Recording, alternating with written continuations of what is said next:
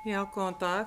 Þá fundur settur í efnahags- og viðskiptanefnd Alþingis. Ég biðst afsökunar á örlítilli seinkun sem orðið hefur á útsetningunni.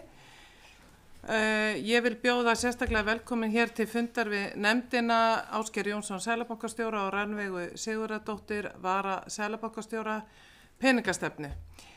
Efni þessa fundar eru áhrif verðbólgu á hagkerfi og heimili í landinu. Gert ráð fyrir að fundurinn standi í rúman klukkutíma.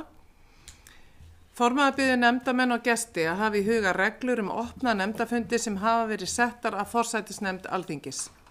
Fyrirkomulag fundarins verður með þeim hætti að fyrst muni gesti vera með stutta framsögu málefni fundarins. Að því loknu gefst nefndamönnum kostur á að spyrja spurninga og fá svör áður en næsti nefndamaður fær orðið. Nefndamenn eru beðnir að hafa í huga að á opnum fundi skuli nefndamenn einvörðungu beina spurningu til gesta en ekki setja fram almennar hugleiðingar efni fundarins né efna til umræðum fundarefni sín á milli. Nefndamenn og gestir eru jafnframt beðnir að hafa í huga að ræðutími takmarkaður. Þessi fundur, það efnt til þessa fundar að beiðni háttvirts þingmanns Ásthildar Lóu Þórsdóttur í flokki fólksins og ég ætla að bjóða Ásthildi að sem sagt, eiga hér fyrst orð varðandi það og síðan grípi þið þá til svara Ásgeir og Rannveig. Gjörs vel, Ásthildur.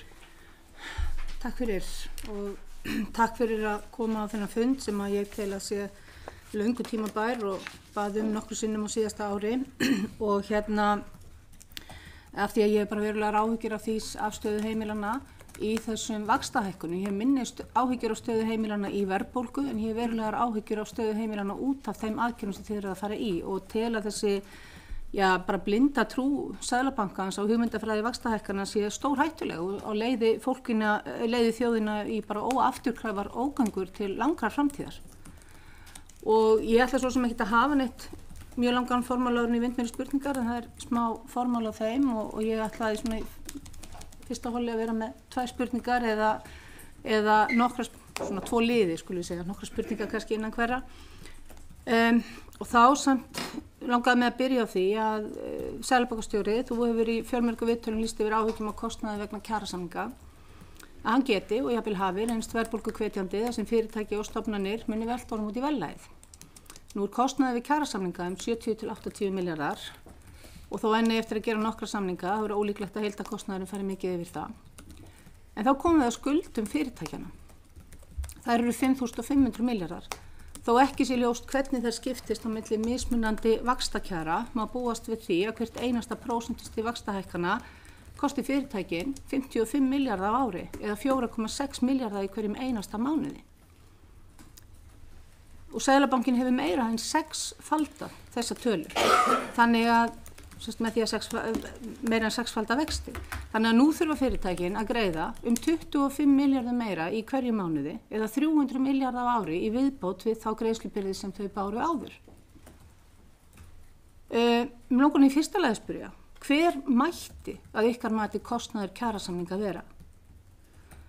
Í öðru lagi, hvernig telja Seðlabankinn og seðlabankastjóri að fyrirtæki nái þessum aukna kostnaði tilbaka sem að koma inn vegna vaxtahækkana? Ekki morgunljóst að þau þurfa að hækka verðlag gríðarlega til að standa undir þessum vaxtakostnaði? Og þá ekki einnig algjörlega ljóst að Seðlabankinn sé að ýta undir verðbólgunum með vaxtahækkunum sínum, að þær séu í eðli sínu verðbólgu hvetjandi? Þetta var fyrir spurning mín. Þá ætla ég að biðja Ásgeir seðlabankastjóra að vera með formála og svara þeim spurningum sem að Ásthildur hefur lagt fyrir ykkur. Gjörðu þess vel. Já, það er bara ein spurning sem að koma fram með þá en ég þakka þið fyrir. Það er 2. Sko það er þannig núna að svo ég hafi stöðsvöldan formála þá það þannig að íslenska hagkerfið hefur vaxið alveg töluvert á síðasta ári. Það er núna rúmlega 7% hagvöxtur. og þannig höfum við komið mjög vel út úr faraldurinn sem að fól í sér einn mesta efnahagssamdrátt og síðar í tímum þarna hjá okkur og þetta er að einhver leyti alþjóðleg þróun að því við erum að sjá í rauninni sama mynstur mjög víða lönd að fólk sparaði peningi yfir faraldurinn og einn hefur síðan verið eyðunum á síðasta ári þegar að takmarkanir voru afnumdar. Ísland eins verið sérflokki með það hvað það gengur vel í okkar efnahagslífi. Af því að það engin önnur þjóð í Evrópu sem státar sig á 7% hagvexti eins og við gerum núna. Og það stafar bæði því að það gengi mjög vel að flytja út, verð okkar helstu útflutningsafurðum hefur hækkað og líka það að fjárfesting hefur að vaxa og líka eyðsla heimilanna. Og þetta í sjálfu sér mjög dæmigerð íslensk uppsveifla sem við höfum oft séð áður. Það sem ekki dæmigerð við þessi uppsveiflur það að hún ekki fjármögnuð með lántökum heimilanna. Og í rauninni hafa skuldir heimilanna staðið í stað sem hlutfallslega ráðstöfunartekjum núna í einhver 5 eða 10 ár. Og skuldirnir eru miklu lægri heldur en að ef við berum okkur saman við Norðurlönd. Og það líka meðal annars vegna þess að Seðlabanki Íslands hefur lagt mikla áherslu á það að fylgja eftir lánþegaskilyrðum þess að tryggja það að fólk fengi ekki lán nema þau fylgja ákveðnum skilyrðum eigið fé og greiðsluþol eða sérst varðandi laun. Og það hefur gengið eftir með þessum hætti að við höfum þá að ekki sé skuldir heimilanna aukast og rauninni ekki heldur skuldir fyrirtækina. Og rauninni hafa skuldir fyrirtækina heldur lækkað að raunvirði. Og þannig að það sem við hefur þá ekki gert, sem hefur gerist alltaf áður, að það er þegar vel gengur í raunhagkerfinu hjá okkur að það fari út í fjármálakerfinu. Og þá sjáum við það að sem betur fer að þá eru heimilin að þessi verðbólguskellur ekki koma eins illa niður á heimilunum eins og oft áður. Þannig að stór hluti heimilanna ekki með verðtryggð lán. Það eru þeir sem með verðtryggð lán sem tapa á verðbólgu. Þessu verðtryggð lán oft sett upp með þeim hætti að verðbólga færist á höfuðstólinn og fólk að greiða af verðbólguna niður á næstu áratugum. Þannig fyrir þeir sem tóku hins vegar lán á nafnvöxtum, þeir hafa notið neikvæðra raunvaxta núna í 2-3 ár. Og þannig að sem í sjálfu sér jákvætt, það einhverju leyti jákvætt að heimilin skuli vera með nafnvexti, af því að þá lendir verðbólguskellir ekki á heimilum. Nei, ég að tala neikvæða raunvexti af því að núna erum við með 9,9% verðbólgu, stýrivextir Seðlabankans eru núna 6,5% og ef þú dregur 9,9 frá 6,5 það fyrir mínus og það það þannig að skuldir heimilanna hafa í rauninni verið að lækka í því sem hefur að gerast og þetta er í rauninni millifærsla frá sparifjáreigendum yfir til heimilanna, til skuldugra heimilanna. Hvað varðar beitingu stýrivaxta, þá þetta helsta tæki allra seðlabanka sem búið að beita í 200-300 ár. Það vísu ekki hér, menn með nægilegri skilvirkni fyrir nú allra síðustu áratugum. Og það alveg skýrt að hærri fjármagnskostnaður dregur úr fjárfestingu, dregur úr lántökum. Það það sem við erum að huga að og kælir hagkerfið. Og þess eiginlega þekkjast engin dæmi það að stýrivextir séu í rauninni að hækka verðbólgu með þeim hætti sem hér er nefnt og við sjáum þegar áhrifin af þessu stýrivextahækkunum í því að kæla hagkerfið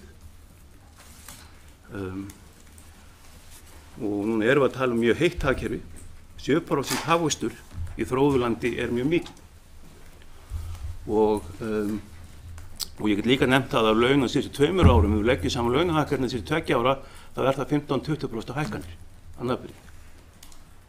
Og sem alveg töluvert. Við vitum svo sem ekki hvað af því getur verið greitt niður með framleiðni eða eitthvað ólíka eða hvað fyrir verða. Það verður rauninni að koma í ljós.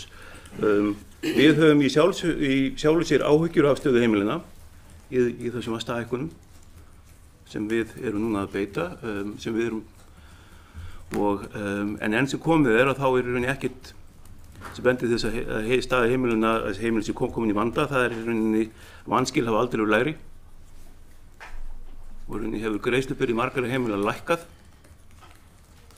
þannig að fólk hefur fengið það mikla hækkun á launum. Ég hefur meiri áhyggjur sjálfur, hefur meiri áhyggjur af fólki á leigumarkaði. Þetta er fólki sem býr í eigin húsnæði. Og það líka þannig að segja, við með beitingu lánþæðaskilyrða, það sem við lögðum ákveðin viðmið fyrir bankana, þeir mætti ekki lána þeim heimilum sem hefðu fjárhagslega styrkleika til þess að takast á við þetta. En Rannveig, þú bæti hér við. Já, kannski varðandi áhrif vaxta og launahækkana, þá eins og Ásgeir komið inn á, þá hagvöxturinn hefur verið gríðarlegur og við erum að spá 2,6% hagvexti í ár sem miklu meira heldur en að við er í okkar viðskiptalöndum. Við erum að spá 0,6% hagvexti í ár í okkar viðskiptalöndum og þar það sem í flestum þeirra, nánast öllum, ennþá til staðar framleiðsluslaki og töluverður framleiðslustæki í mörgum þeirra, meðan að við höfum verið, hér hefur verið framleiðsluspenna sem þýðir þá í rauninni að hagkerfið í rauninni á útofnun.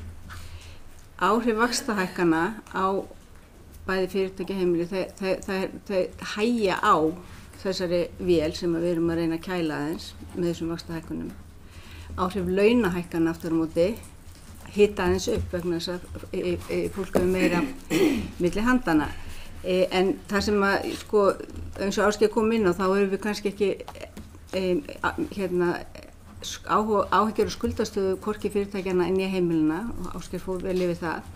Við höfum aftur á móti gríðarlegar áhyggjur af verðbólgunni og fyrst og fremst þá vegna þess að verðbólga raunin svona eins og öfugur skattur, eða svona þannig bitnar mest á þeim sem eru með lægsta tekjurnar, þá sem eru bara að fá laun og hafa ekki sparnað annað til þess að ganga á.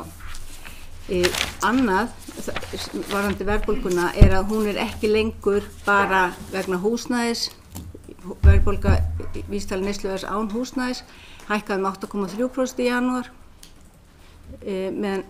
þannig að það er ekki bara húsnæði, það er heldur ekki bara opinbera hækkanir, því að ef við horfum á bara alla undirliði í vísitölunar, munum það að verðbólgumarkmiðið er 2,5%, þá voru í janúar 70% liða að hækka meira en 6%. Þannig að verðbólgan er orðin á mjög breiðum grunni og það er eitthvað sem við höfum gríðarlegar áhyggjur af. Og áhrif þessara kjarasamninga, hvernig þeir eru koma fram, það er það sem við höfum, og nefndin peningastefnan til dæmis á síðasta fundi hafði mestar áhyggjur af í þessu samhengi. Við getum ekki leyft samtal. Nú, ég bara myndi gjarna vilja að hafa samtal. Þannig er fundarform ekki, því miður. Þannig að þau bregðast við. Þau eru búin að bregðast við í svolítið lengu máli, Já, og þá er næst á mælendaskrá. Nei, ég var ekki búin, ég sagði að ég var með 2 spurningar og þetta var önnur þeirra og ég er ekki búin að fá svar við þeim. Ég er ekki búin að fá svar við hver mætti kostnaði kjarasamninga vera og ekki heldur, þrátt fyrir þessa löngu ræðu, hvernig Seðlabankinn og seðlabankastjóri telja að fyrirtæki nái þessum aukna kostnaði tilbaka. Öðruvísi heldur en að fara með hann beint út í verðlagið. Það bara gefur auga leið hlýtur að vera að gera það. Og ég er ekki búin að fá svar við því. Þannig að ég bara einfalt svar, hver má kostnaði kjarasamninga vera og hvernig teljið við að fyrirtæki náu þessu tilbaka ef ekki gegnum verðhækkanir. Og þetta var bara fyrir hlutina því sem ég ætlaði að byrja að spyrja. Ég skal bara segja það að verðbólgumarkmið Seðlabanka segir 2,5%. Og síðan getur þú bara velt fyrir þér hver framleiðni er í íslensku hagkerfi. Ef við segjum að hún sé 1%, Ég bið einfalt svar. Ég að reyna að gefa þér einfalt svar. Því að þegar naflun hækka, þá fyrir hækkun í 2 áttir, í verðbólgu eða borgum með framleiðni. Þannig að ef verðbólgumarkmiðið Seðlabankans 2,5%, ef þú reiknar með 1% framleiðni, 1,5% segjum það, sem bara alveg töluvert, að þá færðu töluna 4%. Og það er svona langtíma hækkun launa í lengra samhengi sem að þekkist hjá flestum viðmiðalöndunum okkar. Og þarna, hvað nákvæmlega, og þannig það. Ég meina þarna, að því að til lengri tíma litið, að þá náttúrulega tengjast annars vegar raunvextir og framleiðni saman og líka raunlaun, hækkun raunlauna. Þannig að í rauninni þarna þetta er svarið. En með hvernig Ásthildur, nú verðum við að hlaupa fleiri. Nei, fyrirgefðu, formaður. Ég var búin að segja, ég væri með 2 spurningar, þetta var fyrir hlutin. Þau eru búin að taka mjög langan tíma í bæði formála og svara og ég á eftir aðra spurningu hérna. Það var ég sem baði þennan fund, búin að bíða eftir hún lengi og ég ætla að fá að halda áfram með það. En ég er ekki að fá svar við spurningu mínu. Nei, við verðum að hleypa öðru nefndum sömuleiðis að. Já, það getur vel verið, en ég ætla að fá að taka hérna næstu spurningu líka, sem með smá formála líka. Sem að þú varst ekki búin að spyrja á það. Ég var ekki búin að spyrja, nei, ég var ekki búin að spyrja. Þá setjið þið aftur á mælendaskrá því að Gísli Rafn bíður eftir því að fá orðið. Gísli Rafn, gjör svo. Já, skal reyna að vera stutt orður svo að komi fljótt aftur að Ásthildur. Hóar, Gísli. Já, ég ætla að byrja á 3 spurningum, ég kannski bæti við ef ég fæ að komast aftur að. En fyrsta spurningin er þessi, flesti seðlabankar hafa lent á eftir kurfunni og hafa þurft að hækka vexti ört til að hemja verðbólguna. En tvennt virðist hafa einkennt framvinduna á Íslandi, annars vegar að seðlabankastjóri hefur hvatt almenning til að færa sig yfir í óverðtryggð lán og hins vegar hafa verðbólguvæntingarnar mist kjölfestuna sína. Hvort tveggja er til þess falið að gera kostnaðinn við að tryggja verðstöðuleika á ný en kostnaðarsamari en víða annar staðar. Hver er þín ábyrgð sem seðlabankastjóri í því? Þetta er fyrsta spurningin. Önnur spurningin er verkefni Seðlabankans er að tryggja verðstöðuleika. Af hverju er það að gefa ráðgjöf hvaða lán heimilisins landsmenn eigi að velja sem reynst hefur mjög dýrt frekar en að segja til það hvernig ríkisvaldið til dæmis ætti að verja sínum útgjöldum. Okay. Við skulum byrja þessum 2. Ég þakka þér fyrir. Fyrst er það þannig að Seðlabanki Íslands var fyrstur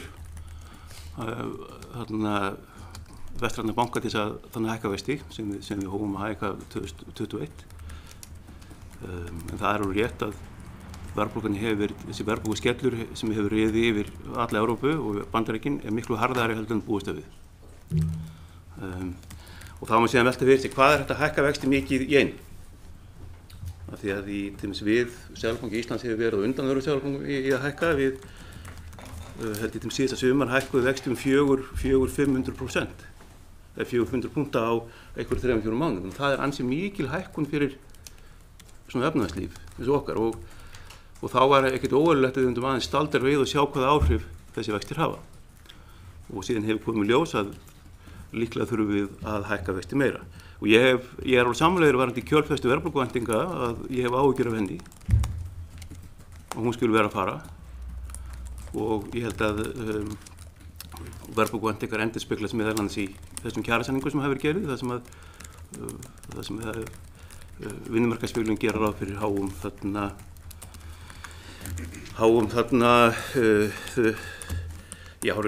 hárri verðbólgu. Hvað varðar ráðgjöf Seðlabankans þá var það þannig að við val fólks við Seðlabankin hefum alltaf lagt áherslu á það. Við erum algjörlega mótið því að banna verðtryggð lán. Og við teljum að fólk eigi að hafa val. Það sem við höfum eins og reynt að gera og fjármálastöðugleikanefnd gerði var að setja sérstök lánþega skilyrði á töku verðtryggðra lána til þess að koma í veg fyrir það að mjög lág upphafsgreiðslubyrði til þess að fólk var að taka lán á fölskum forsendum.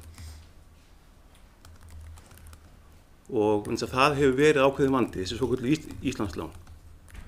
Það sem greiðslubyrði mjög lág í upphafi og það sem gerist líka var það á síðasta ári varðandi það að bankarnir hófu að lækka verðtryggða raunvexti sem við álitum að væru hálfgerðir teaservextir og þess vegna setti fjármálastöðugleikanefnd sérstök lánþegaskilyrði varða verðtryggð lán fyrir árið síðan. Hvað varðar það?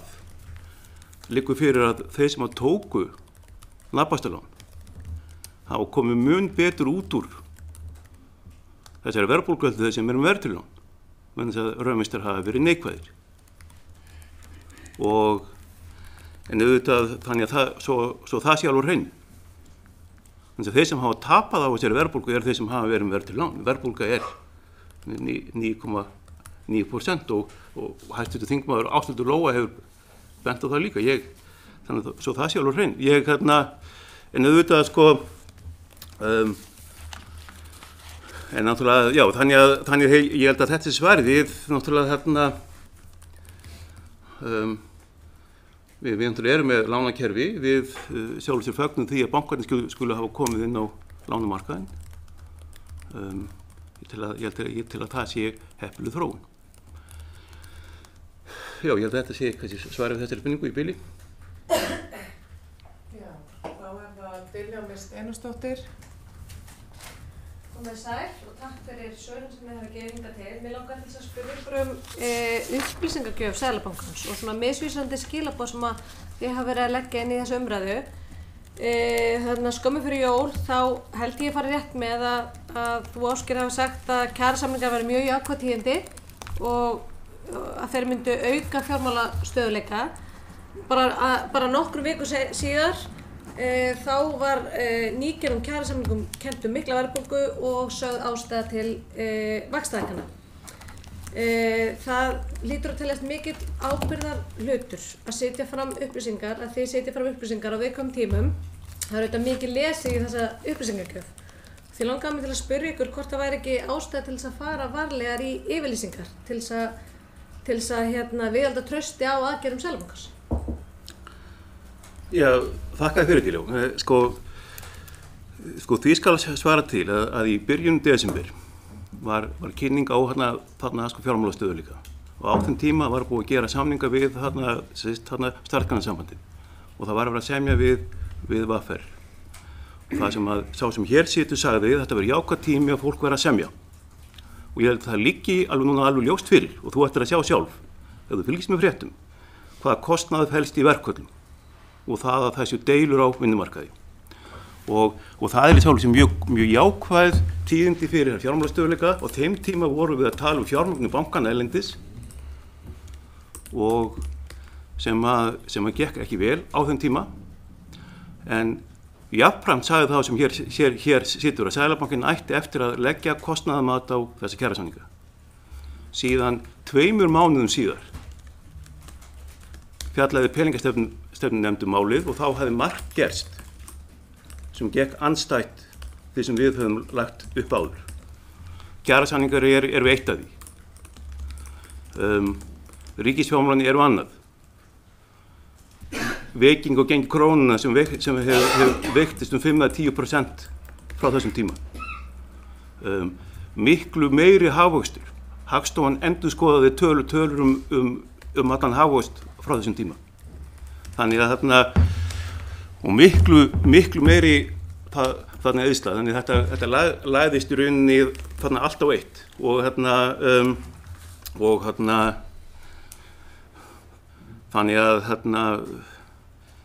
á hverjum tíma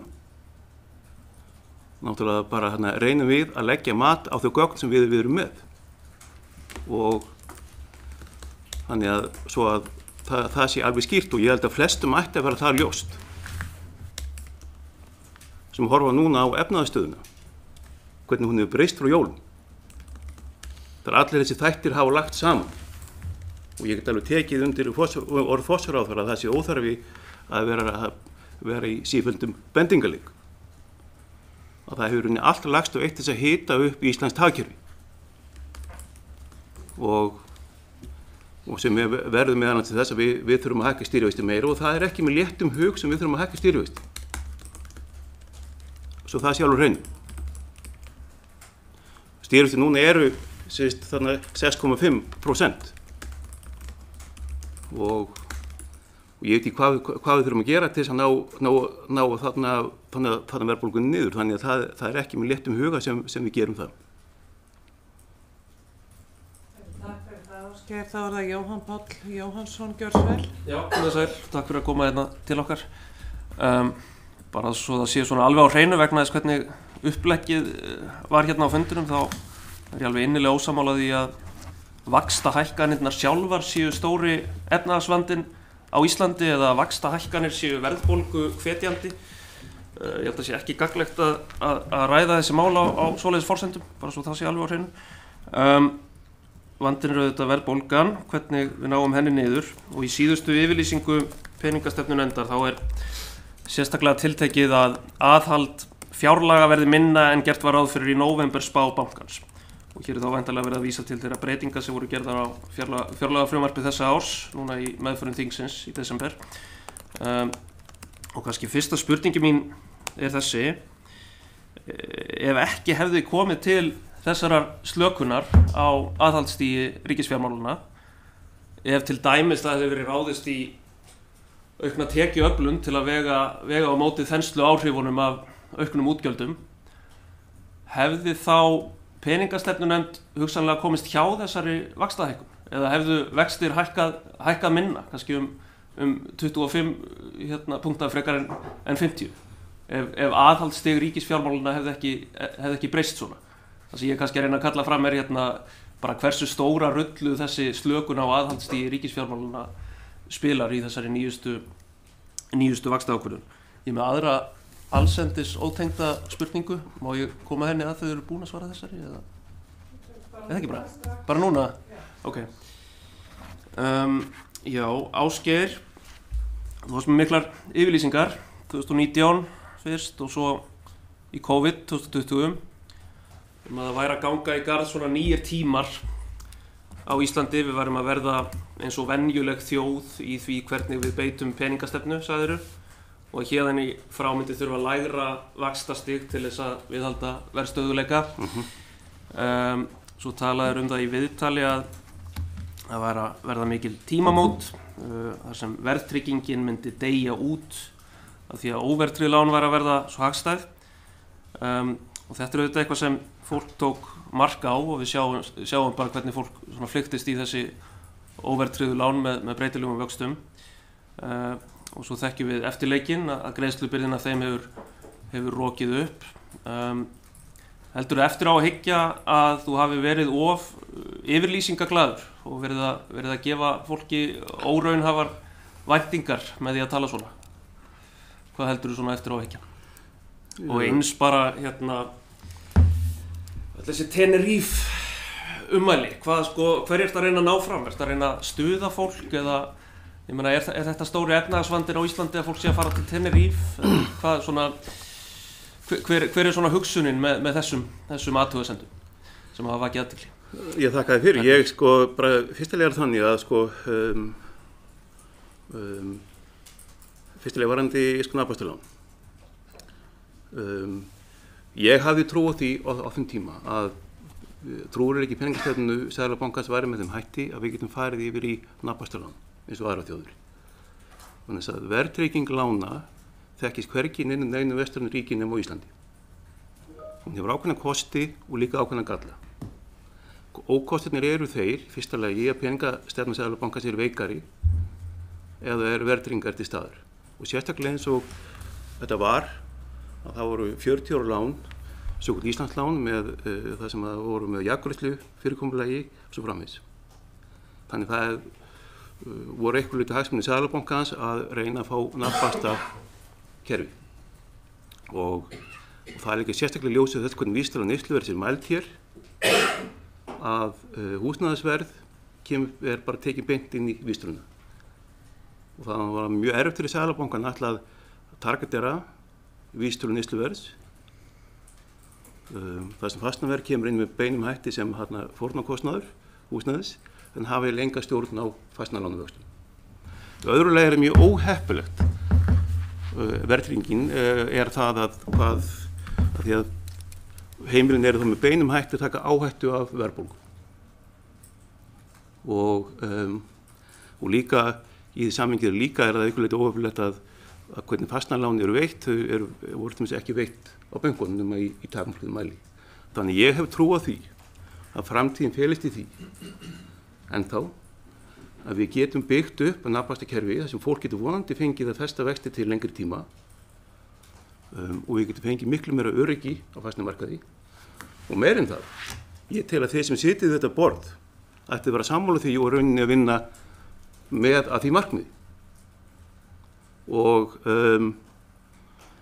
það felst meðal annars í aðhaldi fjárlaga, það felst líka í að við sem þjóð vinnum saman að því að tryggja stöðugleika. Vegna þess að einhverju leyti þessi verðbólga sem núna er til staðar stafar því að það er náttúrulega gríðarlegur hagvöxtur. Það er 7% sem er gott að einhverju leyti en það getur líka skapað ákveðin vandamál. Þannig ég hef enn trú á því ef við náum verðbólgunni niður sem við vonandi getum gert á þessu ári að einhverju marki. Þannig við getum gert langtíma kjarasamning næsta haust sem byggir einhverju leyti á hálfgerðri þjóðarsátt og lága verðbólgu sem er þá grundvöllur því að við getum haft nafnvaxtakerfi. Að það sé framtíðarsýn sem við ætlum að hafa. Ef það gerist ekki, og ég taka fram að allir sem hafa tekið nafnvaxtalán, enginn þeirra hefur tapað á því. Margir eru alveg stórgrættir eins og þeirra fengið neikvæð raunvexti. Og svo það val að fara aftur yfir í verðtryggt lán, það er opið fyrir alla. Og kostar eiginlega ekki neitt. Þess að kerfið hefur verið breytt þannig að þú getur farið á milli lántaka. Þannig ef þessi tilraun gengur ekki upp og Íslendingar verða það bara áfram að vera með verðtryggt húsnæðislán, þá getur öll þjóðin bara skellt sér í þú aftur. Og það er enginn búinn að tapa. Þess að þráttur allt þá er verðbólga 9,9% og stýrivextir Seðlabankans 6,5%. Og ég held að ekki einn einasti maður sem hefur tekið nafnvaxtalánin hafi borgað jákvæða raunvexti hingað til. Svo því sé svarað. Hvað var að tærnar og tennir í? Að þá var það þannig, bara fyrsta lagi, þá var það þannig að gengi krónuna tók að veikjast og veikti sem 10% frá síðasta hausti og ég fram í janúar hefur núna verið að styrkjast aftur sem stafar af viðskiptahalla. Viðskiptahallinn stafar af neyslu. Og það er margt sem kemur það til. Ekkert bara utanlandsferð, líka bara kaup á mjög ýmsu varningi. Og þessi orð féllu það þegar ég var að útskýra það af hverju Seðlabankinn væri ekki að fara inn í gjaldeyrismarkaðinn og verja gengi krónunnar. Og það er bara held ég til þess að fá fólk til að skilja hvað það er við getum ekki staðið í því að vera fjármagna viðstaðla. Við getum ekki gert það sem þjóð. Það rétta stýritækið þar, rétta stýritækið þar eru vextir. Við eins var gripum inn í gjaldeyrismarkaðinn árið 2020, vegna þess að viðskiptahallinn þá stafaði því að okkar helsta atvinnugrein, ferðaþjónustan, hafi orðið fyrir miklu höggi. Og ég held að allir hafi skilið þetta. Ég held að öll þjóðin hafi áttað sig á því af hverju þá gengi var að veikjast og af hverju við vorum í þessari stöðu. Og ég hef gert mér far það að reyna að tala skýrt það sem er að gerast og ég held að ég fæ ekki annað að sé heldur en öll þjóðum séu nokkurn veginn með á því hvað er að gerast líka. Ég fæ ekki annað að sé heldur en þegar ég les blöðun og fjölmiðla að öll þjóðin átti sig á nákvæmlega hvernig efnahagsfaraldurinn er. Og það að einhverju leyti er takmarkað hvað Seðlabankinn getur og getur ekki gert. Stundum gáku hlutirnir öfugtu það sem maður hafði vænst og þetta er því að þekki hér. En allavega, þú svarar kannski fyrir spurningu. Fyrir opinbera. Nei, fyrir opinbera, já. Sko það nú ekki alveg hægt að segja sko framlag þessa og þessa til þess vaxtahækkunar þetta þannig en ég get alveg sagt að það hefði ekki dugað til þó að það hefði verið meira aðhald í opinberum fjármálum til þess að vaxtahækkunin hefði ekki komið til. Við erum með þessa kjarasamninga, við erum með launahækkanir á 2 árum sem eru tæplega 15% í staðinn fyrir, sem verður alveg tæplega 20% í staðinn fyrir tæplega 15%. Við erum með veikara gengi þegar áhrif kjarasamningarna er að koma fram. Við erum með því opinbera, við erum með þessa kröftuga vöxt einkaneyslu sem var á síðasta ári og meiri framleiðsluspönn sem því það náttúrulega bara meiri vexti til þess að hægja á þannig að nei, það hefði ekki dugað til en það hefði vissulega verið gott að aðhaldsstig hins opinbera hefði aukist frekar en minkað með það sem við gerum ráð fyrir í nóvemberspánni. Takk fyrir það. Þá er það Guðbrandur Einarsson, gjörðu svo vel. Já, takk fyrir. Ég ætla ekki að hafa formúla, ég með nokkrar spurningar. Ég ætla bara að biðja ykkur að mynda pennan hratt og vel. Númer 1, fjármálaráðherra nefndi í ræðustól Alþingis nýverið, kannski hafi Seðlabanki beðið á lengi með að hækka vexti. En ég vil spyrja á móti hvort Seðlabankinn hafi ekki lækkað vexti of skart sem hafði þau áhrif að auka hér eftirspurn á húsnæðismarkaði og auka á verðbólgu. Hverjir voru það sem kveiktu verðbólgubálið á ný? Númer 2, hversu virk getur stýrivaxtahækkun verið þegar hópur fyrirtækja er búin að koma sér fyrir í öðrum gjaldmiðli og margir leita sér skjóls í verðtryggðum lánum sem gera það að verkum að þú ferð ekki á hausinn núna heldur seinna. Er ekki verið að láta einn tiltekinn hóp taka á sig þau hagstjórnarmistök sem átt hafa sér staði hér á undanförnu? Númer 3, er það ekki hrein og klár eignaupptaka þegar gripið er til harðra aðgerða sem hafa þau áhrif að fasteignaverð lækkar en lánin halda hins vegar áfram að hækka?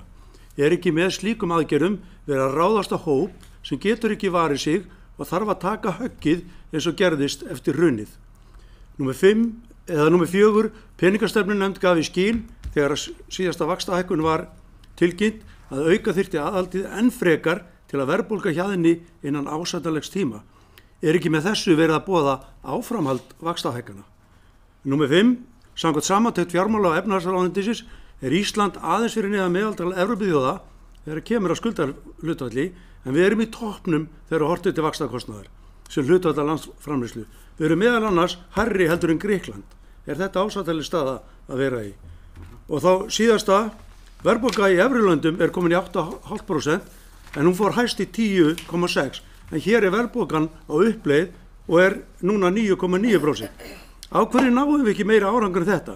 Er þessi sveigjanleiki sem alltaf er verið að tala er hann svona eftirsóknarverður þegar allt kemur til alls? Spila ríkisfjármálin og Seðlabankinn ekki saman? Takk. Þakka þér fyrir Guðbrand. Þú minnir mig á ef ég er ekki náð að svara öllum spurningum. Og varandi hvort við höfum beðið lengi með, við vorum fyrst til Seðlabanki sem að greip til þess að hækka vexti. Við lækkuðum vexti einhverja 200 punkta vorið 2020 til þess að bregðast við gríðarlegu efnahagsáfalli þá. Ég tel að það hefur rétt viðbrögð þá. Ég tel að við höfum komist mjög auðveldlega út úr þessari miklu niðursveiflu á þeim tíma að því að ferðaþjónusta er miklu hærra hlutfall af landsframleiðslu hér heldur en í nokkur öðru Norður-Evrópuríki.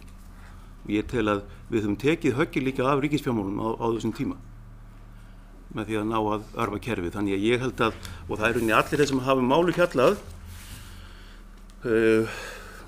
bæði erlend lánsæðisfyrirtæki, Alþjóðagjaldeyrissjóðurinn, úttektar hópar og svo framins hafa sagt að okkar viðbrögð hafi verið rétt. Og ég tel aftur það sko að einhverju leyti er ákveðin hætta að ofmeta það sem Seðlabanki getur og getur ekki gert. Það sem við höfum gert og eftir samvinnu við fjármálaeftirlitið er það að tryggja það að skuldir heimilanna hafa ekki vaxið sem hlutfall af ráðstöfunartekjum, jafnvel þótt fasteignir hafa hækkað. Við höfum tryggt það að fjármálakerfið hefur ekki tekið okkur á rás hér nokkurn veginn. Við höfum rauninni tryggt það að þessi alþjóðlega sveifla sem gengur yfir í öll önnur lönd, hún er ekki að hafa þau áhrif hér að við sem lenda í einhverju kollsteypu og gjaldeyrismarkaði eða það sé einhver vandræði þar. Þetta er hins vegar raunveruleg hagsveifla, það sem að ferðaþjónustan hverfur í 2 ár og það er einhver samdráttur og yfir 10-20% atvinnuleysi og síðan spara fólk peningarnir sína og kemur með þá bara inn í kerfið aftur á fullum krafti. Þetta er eitt erfiðasta verkefni sem peningastefnan getur fengið. Og svo, það sem við sjáum kannski núna, það við setjum upp með það að við erum eini aðilinn sem er með eitthvað aðhald og þurfum að hækka stýrivexti. Og svo þurfum við að mæta á svona fundi með ykkur þar sem þið eru að skamma okkur. En ég vil bara hins vegar benda á það verkefni sem við erum með. Og við erum búin að koma 11 sinnum fram við 2 hér til þess að tilkynna hækkun stýrivaxta. Og það sem við erum bara þráspurð út í það akkur við sem gera þetta svo framins og við reynum að útskýra það eftir bestu getu hvað sem við erum að við. Og sumt sér maður fyrir, annað ekki, en þetta er verkefni sem við erum að vinna og stýrivaxtahækkanir er að virka, þess vegna er þessi harða umræða, það liggur orðið fyrir, við erum að fara að hægja kerfinu með hækkun stýrivaxta. Það er sársaukamfullt og það verður mikið af reiðu fólki sem mun reyna að lesa gamla blaðagreinar eins og þið eru að gera og herma upp ykkur orð fyrir tíma en þetta er svona staðan að við erum með verkefnið og það hefur gengið upp að miklu leyti. Mögulega hefði átt að hækka 25 púnta meira eða minna síðar að okkur tíma. Það er ekki aðalmálið sem er inn í gangi. Og auðvitað eignaupptaka, þetta er ekki lán hafa ekki haldið áfram að hækka því að þeir sem er með verðtryggt lán þeirra hafa hækkað en þeir sem er með óverðtryggt lán, höfuðstóllinn hefur verið fastur. Það er einkenni óverðtryggðra lána. Höfuðstóllinn er fastur. Þannig allir þeir sem hafa tekið óverðtryggð lán hafa séð raunverulegur höfuðstóllinn sem lækka alveg gríðarlega 10-20% á 2 árum. Það er bara alveg umtalsvert og ég get ekki segja að þetta sé endilega fórnarlömb og við segjum kosturinn er alltaf sá að fara aftur í verðtryggt. Já, aðhaldið gæti að halda áfram, við vitum það ekki, það fer eftir því hvað gerist. Íslenskt hagkerfi er lifandi. Ef fólk tekur það ákvörðun að draga sér hendurnar í neyslu sem dæmi, það getur hjálpað okkur verulega. Við vitum það samt ekki. Við vitum bara það að fólk hefur ekki sem neysla er ekki fjármögnun með lánum. Fólk á þessa peninga, margt sem er að eyða og það sem er mjög jákvætt núna, við erum að sjá það að innlánavextir hafa verið að hækka og vonandi getum við séð jákvæða raunvexti bráðlega á innlánavöxtum, það hvetur áfram sparnað. Ég er alveg sammálaður varðandi vext á Íslandi, varðandi fjármagnskostnað. Ég hefði gjarnan viljað sjá að við gætum verið með við getum verið með verið eins og venjulegt Evrópuland með sambærilega vexti. Það var að vera herma þau orð upp með mig áðan. Til að það sé árangur trúverðugra peningastefnu. Við getum verið með lágar verðbólguvæntingar og trúverðugleika sem leiðir til þess að við fáum þá lægri vexti í landið. En Seðlabankinn tekur ábyrgð á því en hann getur ekki gert allt einn. En þannig Guðbrandur, þannig ég er alveg sammála þér að ég hefði viljað sjá almennt síðan lægri vexti. Ég varðandi sveigjanleikann, þá er það alltaf svar að vera með eigin gjaldmiðil og sveigjanleika og vera með fastan gjaldmiðil. Ég hins vegar nokkuð ljóst að verðbólga væri, ef við væri með evruna, þá væri verðbólga miklu hærri. Við getum ímyndað okkur það að ef við myndum taka vexti niður, hvað er stýrivextir í Evrópu, 2-3%? Hvað myndi gerast þá? Enda er það þannig að það eru mörg hins smærri Evrópulönd, eins og baltísku löndin sem eru með 20% verðbólgu eða meira. En þetta er alltaf þetta val og það er ekki við sem ákveðum það í Seðlabankanum nákvæmlega hvaða peningafyrirkomulag við erum með, við bara förum eftir þeim lögum sem að Alþingi gefur og en að lokum er það þannig að við erum bara hraðasta kerfi, það var 7% hagvöxtur hérna síðasta ári. Ég held að það hefur fjölgað á fólki í starfi 6-7%. Og þetta er bara hagkerfi sem í rauninni bara allt gengur í rauninni bara mjög vel. Það er að segja að atvinnulífið gengur mjög vel. og þú finnur ekki annað Evrópuland í þessari stöðu og það ástæðan við því af hverju við höfum meðan þurft að hækka vexti. Þú bæta við þetta? Já, kannski bara, sko, það rétt sem eins og Ásgeir bendir á að og ég var að tala um áðan, krafturinn hér bara miklu meiri heldur en í okkar viðskiptalöndum og það skýrir að hluta hærra vaxtastig. En það annað sem skiptir máli líka í þessu og það náttúrulega við höfum ekkert rosalega góða fortíð hvað varðar verðbólgu og það þarf meira til og verðbólguvæntingarnar hafa flosnað frá markmiði. Þær eru ennþá þó þær virðist með við síðustu mælingar ekki hafa verið að hækka meira þá eru þær allavega langt yfir markmiði þannig að allt þetta skiptir máli. Ég held líka sko að það sé rétt að hafa í huga að þegar við byrjum að hækka vexti í maí 2021 þá hefðum við vitað að það yrðu kemur fram allir þessir framleiðsluhnökrar, verð á alls konar hlutum og gámum og ráfurum og öðrum myndi hækka. Þá ef við hefðum vitað af Úkraínustríðinu og afleiðingum þess og ef við hefðum til dæmis gert okkur grein fyrir því að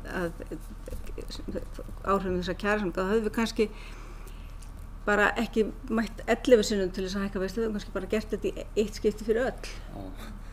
En ástæðan fyrir því að við tökum lítil skref yfirleitt svo að við erum alltaf að vega þetta saman ásættanlegu tími. Hvað er ásættanlegu tími til þess að koma verðbólgu niður? Og hverjum fundi þá förum við í gegnum þessa umræðu. Annars vegar það að hækka vexti og meira eða minna. Og tökum bara síðustu 2 fundi. Í nóvember þegar við vorum að taka ákvörðun vexti, þá vorum við að gera ráð fyrir því að verðbólgan á síðasta fjórðungi þessa árs yrði 4,4%. Núna erum við að gera ráð fyrir að hún verði 5,8%. Hefðum við verið með þá spá í nóvember, þá höfðum við náttúrulega tekið ákvörðun miklu hærri vexti. Þannig að sko, að við höfum gert hlutin á hægt, það má alveg segja það með við það sem síðan hefur gerst, en það sjáum við ekki fyrir, ekkert að þessu sáum við fyrir. Og varðandi spurningunum hvort við höfum farið of langt niður með vextina, við áttum töluvert, við lækkuðum vexti frá því að farsóttin barst til landsins 1,75%. Við áttum svigrúm í vöxtunum, við gátum lækka vextina. Við þurftum ekki að gera eins og önnur ríki sem höfðu verið með vextina mjög lág og jafnvel neikvæða vegna þess að verðbólgan hafi verið langt undir markmiði í mjög langan tíma þar, vegna þess að verðbólguvæntingarnar voru langt undir markmiði. Þau ríki gátu ekki lækka vextina, þau urðu að fara í það að selja skuldabréf á markaði. Þannig að okkar staða var bara önnur. Hvort við fórum einhverju og mikið eða meira bæði á niðurleiðinni og uppleiðinni, það getur við alltaf í hort í baksýnisspeglinum og hugsað að hefði ég nú vitað þetta og hefði ég nú kannski gert þetta öðruvísi þá, en þetta er bara staðan að hlutirnir breytast og hverjum fundi tökum við ákvarðanir út frá þeim bestu upplýsingum sem við höfum og síðan leggjum við hvert og eitt mat á það hvað við teljum vera ásættanlegt að ná verðbólgun hratt niður. Ég mátt að svara líka Ásgeir við spurningunum virkni stýrivaxtahækkunar. Já. Því að, eins og ég segi, það hópur fyrirtækja, nokkur 100 fyrirtæki sem eru farin í evruhagkerfi og ekkert að vera hér í krónuhagkerfinu lengur. Síðan ert þú hér að meðal annars að benda fólki á að fara í verðtryggingarhagkerfið aftur. Nei, ég er ekki benda fólki á það, ég er bara að segja það sem möguleiki til staðar. Það er sá möguleiki til staðar og það er kannski sá möguleiki sem fólk getur hlaupið í þeirri vondu stöðu sem uppi er. Þá spyr maður virkni stýrivaxtahækkana þegar það verður bara lítill hópur eftir fastur í breytilegu vöxtum. Ég bara svara þessu, þá er náttúrulega þannig að þau fyrirtæki sem eru fjármögnuð erlendur, þau sem eru með erlendar tekjur, það er sjálfsögur ekki endilega sjávarútvegsfyrirtæki mestu leyti, ég held að það sé ekki endilega stór hópur fyrirtækja en ég held að þessi fyrirtæki eru líka að verða fyrir hækkun á vöxtum bara vegna hækkun á álagi ytra og erlendu vöxtum þegar núna eru allir að hækka vexti en það er meðal annars lykilatriði og bak við það að hvernig við endurum þessu peningastefnuna eftir hrun var það að takmarka lánveitingar bankana til fyrirtæki í erlendu til að tryggja það að erlendi stýrivextir hefðu áhrif.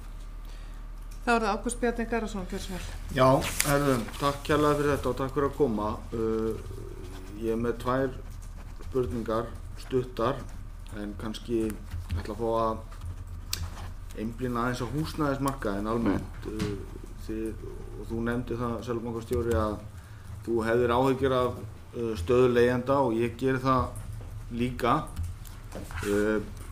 Fljótlega fór auðvitað Seðlabankinn í þær aðgerðir að þyngja greiðslumatið og að lækka hámarks skuldsetningu fyrstu kaupanda sem að, ef ég skildi það rétt, áttu að hafa þau áhrif á að kæla markaðinn og svona koma einhverri stillingu á þessar miklu hækkanir sem við höfum séð á húsnæðismarkaði bara síðustu mánuði og jafnvel eitthvað aðeins lengra.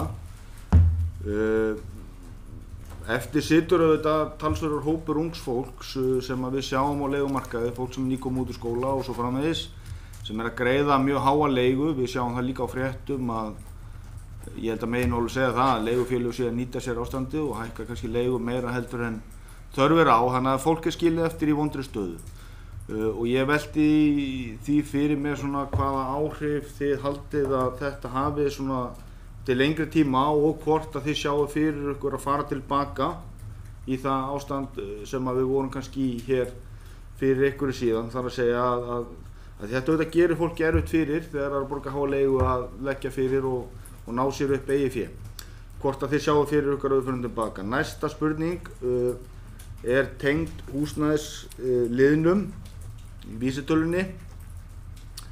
Og við sjáum það að hann hefur auðvitað, bara með hækkandi verði, þá hann áhrif á vísitöluna og hann hefur umtalsverð áhrif á verðbólgu og við auðvitað höfum séð sveiflur á húsnæðismarkaði áratugi aftur í tíman, við förum niður, upp, niður og við virðumst vera að fara inn í kannski enn eina svona bylgjuna, en kannski ólíkt því sem að við höfum séð núna að það virðist vera að koma einhverjum böndum á sem sagt uppbygginguna.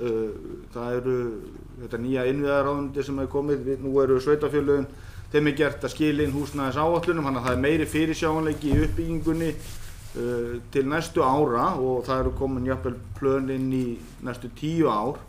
Þannig að það er eitthvað fyrirsjáanleiki komin og ég man nú eftir því að kom saga hérna, við vorum í kjördæmaviku og það var eitt byggingafulltrúi sem var spurður að því rétt eftir hrun hvað við vorum að byggja mikið og hann sagði að ætli að sé ekki á milli 2.000 og 8.000 einingar sem eru í byggingu.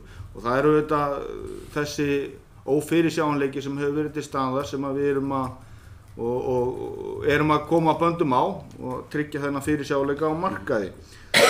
Þannig að ég velti fyrir mér næsta spurning er þessi svona ykkar skoðun á því að taka húsnæðisliðin úr vísitölunni og hvort það mætti jafnvel gera tímabundið á meðan við erum að sigla þennan ólgusjó.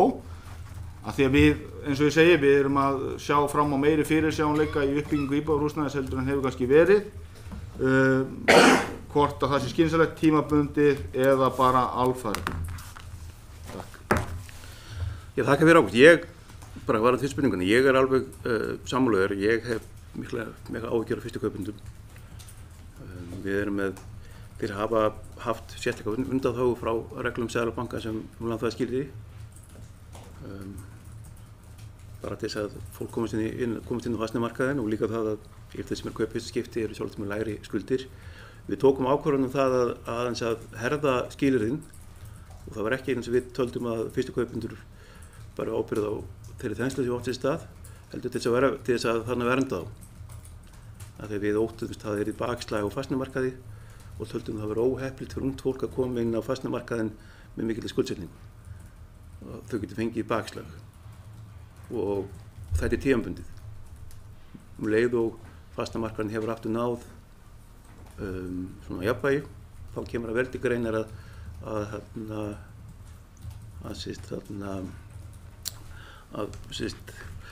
lækka þessi skilir aftur fyrir þetta fólk og ég hef, svo að segja aftur, ég hef sjálfur ekki svo miklu ágjörð þeim sem eru á fasteignamarkaði, sérstaklega ekki þeir sem að keyptu á góðum tíma og eru búin að fá miklar hækkanir á fasteignaverði og sérstaklega þeir sem tóku nafnbastarlán eru búin að fá lækkun á bara skuldirnar hafa lækkað raunvirði, jafnvel 20% jafnvel. Ég hef ekki ágjörð þessu fólki. Ég hef ágjörð því ungu fólki sem komin á leigumarkaðinn. Og langar til þess að stofna heimili og koma sér fyrir. Það alveg rétt. Og við sáum eins og það þegar Seðlabankinn lækkaði vexti, lækkun stýrivaxta ekki út af fasteignamarkaðnum tíma, þessu arfakerfið, að það hafa aldrei verið fleiri fyrstukaupmenn sem hafa farið inn á markaðinn eins og árunum 2020-2021. Og þetta fólk sem hefur komið sér fyrir á markaðnum.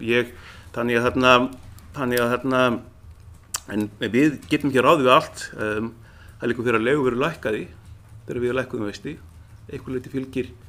En ég held eins og þú nefnir, ég held að það sem skiptir mjög miklu máli og HMS, Húsnæðismannvirkjastofnun, er mjög mikilvægt framtak í því að ná fyrstulega upplýsingum fasteignamarkaðinn sem hafa ekki verið til staðar.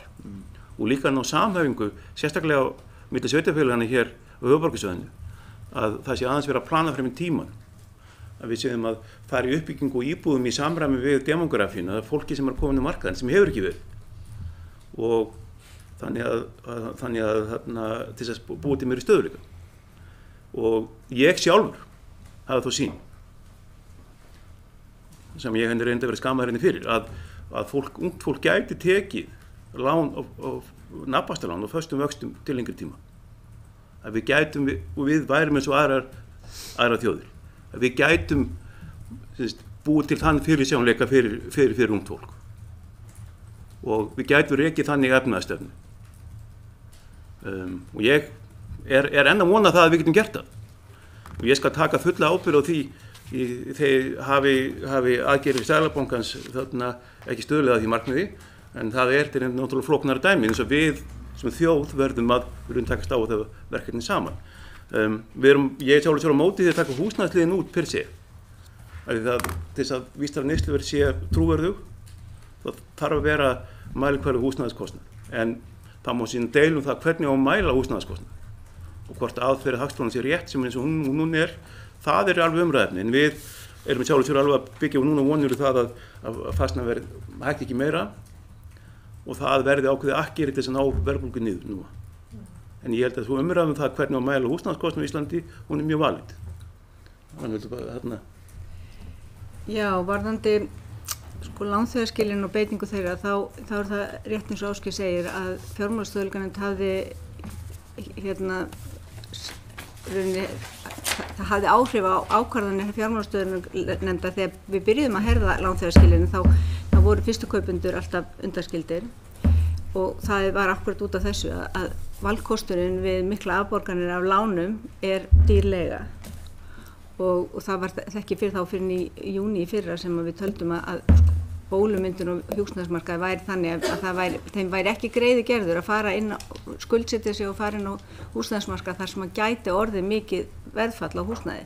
Þannig að þá væri í rauninni sætað uppi með kannski verið en ekkert. Þannig að það er nú ástæðan og ég meina, en það skiptir náttúrulega verulega miklu máli þessi lánþegarskilyrði þau hafa áhrif yfir til lengdar á tekju uppbyggingu heimila, þannig að þetta skiptir alltaf öllu máli.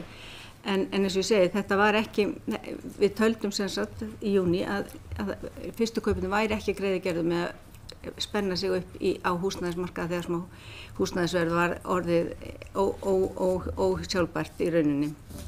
Varðandi húsnæðisliðin í vísitölu neysluverðs, þá er eins og Ásgeir segir, við teljum að sú vísitala sem að verðbólgumarkmiðið miðast við, hún þurfi að innihalda neyslukörfu heimila til þess að vera trúð. Við getum ekki tekið 20% af neyslukörfunu út úr vísitölunu því ég er alveg viss að þegar að væri mikil lækkun á húsnæðisverð kannski og vísitalan sjálf væri ef hún væri ánsest húsnæðisverð, þá myndum við fá gagnrýni á okkur fyrir að vantaði húsnæðisverð inn í. Þannig að það er svona megin ástæðan fyrir því að við teljum að verðbólgumarkmiðið eigi að miðast við vísitölu neysluverðs með húsnæðis. Og síðan vitum við það bara að húsnæðisverð er oft vísbending að verðbólguþrýstingur sé að myndast. Og við horfum á síðasta rúma áratug þá er það alveg mjög greinilegt og Þannig að það er ýmis ástæði fyrir því að þessi rétt að hafa þessa vísitölu inni og núna eins og ég sagði áðan í janúar þá er vísitala neysluverðs án húsnæðis að hækka meira milli mánaða en vísitala neysluverðs sjálf. Þannig að það fari ekki í sama takt og þetta er svolítið eins og umræðinu hvort það er miða hækkun bóta eða skattleysismarka við launavísitöluna eða vísitölu neysluverðs og það fyrir þá umræðan litast þá mjög mikið á því hvað var að gerast undanfarið hálft ár kannski með hvor var að hækka meira. Þannig að svona bara til þess að hafa eitthvað akkeri. Já, það eru það. Einmitt, en það er alveg rétt sem þú bendir á að það sem skiptir náttúrulega mestu máli er að hafa einhverjar almennilegar áætlanir um framboð miðað við eftirspurn. Já, takk fyrir.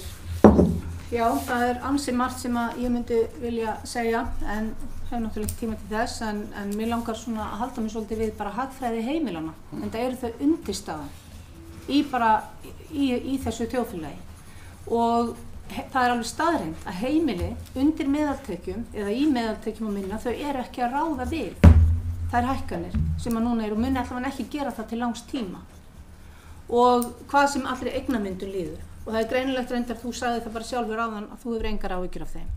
En leigjendur, ég deili þeim áhyggjum, en bendi líka á að hærri kostnaði við lán, hann skila sér alltaf beint út í leiguverð líka. Þannig að allar ykkar aðgerðir, það bitna mest á þeim sem minnst hafa og mest skulda. Hvort sem að það er í formi láns eða leigu. En þú hefur ítrekað sagt í viðtölum að þú sért að sinna skyldum þínu við heimili landsins með því að berjast gegn verðbólgunni. Og ég er bara ekki alveg að skilja hvernig þetta virkar því að við skoðum hvaða áhrif 10% verðbólga hefur á afkomu heimilina og það blasir eftirfarandi við. Hafi heimilin varið 100.000 krónum á mánuði í mat, bensín og aðra nauðsynjar veldur 10% verðbólga vantarlega því að svo upp að fer upp í það bil 110.000. Hafið þau hins vegar varið 500.000 krónum í þessa liði þá er inn í 10% verðbólga 550.000. Flest heimil eru einhvers staðar þarna á milli, væntanlega, þannig að verðbólgan hefur valdið þeim 10 til 50.000 krónum í aukinum útgjöld á mánuði. En til að sinna skyldum ykkar við heimili landsins þá hefur Seðlabankinn ákveðið að fara í aðgerðir til að bjarga heimilunum frá þessum kostnaðarauka og hann gerir það með því að auka hann margfalt. Og útskýrir bara fyrir mér hvernig það er betra fyrir heimilin að takast á við 130 til 200.000 króna vaxtahækkanir heldur en að takast á við 10 til 50.000 króna hækkanir á vöru og þjónustu. Ekki síst í ljósi þess að vaxtahækkanir bætast ofan á verðhækkanirnar þannig í staðin fyrir að heimilin sé horfast í augu við 10 til 50.000 króna hækkun og útgjöldum eru þau 140 til 250.000 krónur á mánuði. Fyrir mér lítur þetta út fyrir eins og ætla að bjarga einhvern frá drukknum með því að hella yfir hann meira vatni. Og ég vil gjarnan fá útskýringar á því hvernig Seðlabankinn er að vinna þjóðarhag með því að koma þúsundum heimila á vonar völ. Og svo er ég með aðra spurningu og það er smá formálið henni. Bæði ykkur og fjármálaráðherra hefur verið tíðrætt góða skuldastöðu heimilina og að vanskil heimilina sé í lágmarki og þetta endurtóku því hérna áðan. Þegar ég heyri þetta, þá velti ég fyrir mér hvort þeir sem stjórn í fjármálum Íslands viti hreinlega ekki hvernig hlutinni virka í raun. Það er nefnilega varla hægt að komast í vanskil við bankana í dag því að þeir eru ennþá að lengja í snörunni. En það mun ekki standa að eilífu því hún mun herðast áður en of langt líður. Þegar fólk lendir í vandræðum, þá bjóða bankarnir upp á aukin lán. Það er hægt af því einmitt fasteignamat hefur hækkað. Þeir bjóða upp á skuldbreytingar, frystingar, yfirdrættir og notkun séreignarsparnaðar. Og þess vegna er fólk ekki ennþá að lenda í vanskilum í hefðbundin skilningi þess orðs. Og það sem fasteignamat hefur hækkað mikið, þá einmitt geta sumir tekið hærri lán sem eru svo notuð til að standa undir mánaðarlegri greiðslubyrði. Ef fólk er orðið alveg peningalaust, býðst í frysting, en það mun koma skuldadögum eins og við sáum eftir hrunið, þar sem að margir stóðu mun verra á eftir og mistu alltaf lokum þrátt fyrir frystingar. Og þegar þar að kemur verða yfirdrættir sennilega í botni og séreignarsparnaðurinn sem var óaðfararhæfur áður en hann lenti í steypunni einnig horfin í gráðugt kyn bankana þannig að margir munu standa enn verra vígi heldur en áður. Og svo eru það allir þeir sem að skipta yfir í verðtryggt, sem að til dæmis fjármálaráðherra hefur ítrekað kallað skjól gegn verðbólgunni. Mér langar að fara aðeins yfir hvernig það dæmi lítur út og bera saman við óverðtryggt lán. Með 7,5% vexti er afborgun 40 milljón króna láns til 40 ára 263.000 á mánuði. Sé fólk að skuldbreyta 40 milljón króna láni í verðtryggt lán til 25 ára í dag, þá lítur dæmið svona út, samkvæmt reiknivél Landsbankans. Fyrsta greiðslan er 183.000, 80.000 krónur lægri en óverðtryggðu. Og það tekur einungis 3 ár og 7 mánuði fyrir þessa lægri afborgun verðtryggðs láns að ná afborgun óverðtryggðs láns. Þá á 3,5 ári rétt rúmlega hefur höfuðstóll lánsins hækkað 10 milljónir eða 25% og komið upp í 50,1 milljón. Og eftir 10 ár er höfuðstóllinn orðin 68 milljónir og mánaðarleg afborgun 470.000. Eftir 15 ár verður, ég ætla að fá að klára þetta. Takk, formaður. Já, ég ætla aðeins, það margir búin að tala ég ætla að fá að halda þessu áfram, ég ekki langt eftir. Ég geri það ekki, en ég baði þennan fund, ég er búin að bíða eftir hann lengi og ég verð ekki málið, þetta er ekki mikið eftir, ég ætla að fá að klára þetta. Eftir 15 ár verður lánin komið í 77 milljónir, afborgunin 743.000. Höfuðstóllinn verður loksins 40 milljónir aftur eftir 23 ár, þá er afborgunin mánaðarleg 1,5 milljón, lokagreiðsla lánsins verður 853.000. Á sama tíma er afborgun óverðtryggðs láns alltaf 7,5%, með 7,5% vexti alltaf 263.000 eða getur tekið breytingum í vexti geta líka lækkað. Heildargreiðsla verðtryggða lánsins er 211 milljónir á 25 árum, óverðtryggða lánsins 126 milljónir á 40 árum. Meðalgreiðsla á ári á verðtryggða lánin er 8,4 milljónir, meðalgreiðsla óverðtryggða lánsins er 3,2 milljónir. Meðalgreiðsla mánuði á verðtryggða lánin er 703.000, meðalgreiðsla óverðtryggða lánsins á mánuði 262.000. Þetta eru lánin sem þið með ykkar vaxtahækkunum eru að ýta fólki úti og ég bara spyr, er ykkur kunnugt þessar staðreyndir og hvernig þetta lítur út og hvernig sjáu þið fyrir ykkur að dæmi líti út eftir til dæmis 6-10 ár þegar höfuðstóll þessa 40 milljóna láns er komin upp í 68 milljónir og mánaðarleg greiðslubyrði 470.000 sem fer svo bara hækkandi upp frá því. Ég þakka þér áttur lofa, ég kannski fyrst svara því að mér er alveg kunnugt mun á nafnbástarlánum og verðtryggðum lánum. Fyrsta leið bara, ef ég reyna að svara þessu, þá er þannig að þeir sem minnst hafa og þeir sem mest skulda, það er ekki sami hópur.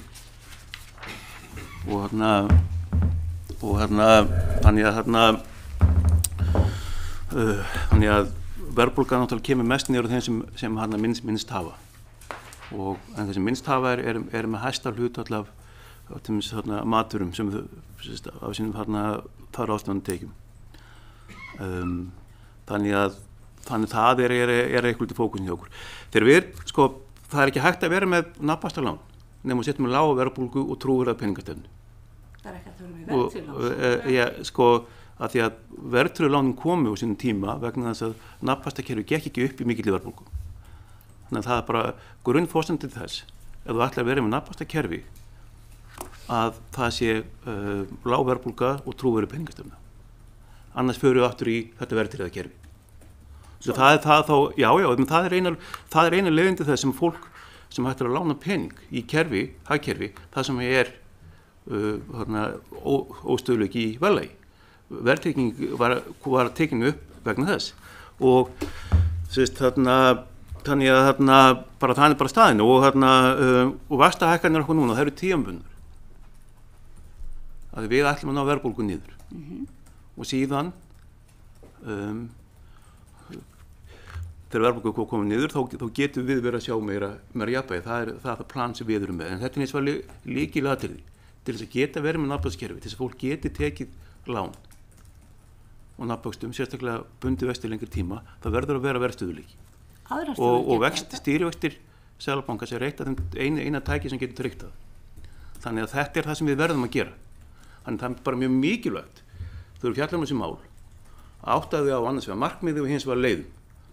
Þannig að það er ekki hægt að sleppa verðbólgu lausri og ætla sín til þess að þú getur verið með nafnbókskerfi. Það var ómögulegt. Það var ekki hægt. Og að því það vill engin lána peninga ekki nema þú ætlar aftur að setja lífeyrissjóðinn í sömu stöður voru milli 1970-80 að sem þeir voru látin lána með neikvæðum raunvöxtum og það sem peninga bara allir eignir þeirra voru brenda niður. Þannig við verðum að vera með lága verðbólgu og trúverðuga peningastefnu til þess að við getum verið með nafnbókskerfi. Það er bara svarið þannig. Rannveig, þú bætir við. Kannski bara varðandi verðbólgu og vexti að valkosturinn við að hækka ekki vexti bara áframhaldandi verðbólga, hún hverfur ekkert. Nei. Þannig að, og eins og Ásgeir segir, ég meina við sjáum það alveg í löndunum kringum okkur að vextir bankana hækkuðu áður en vextir seðlabankana hækkuðu vegna þess að vextirnir voru orðnir það neikvæðir.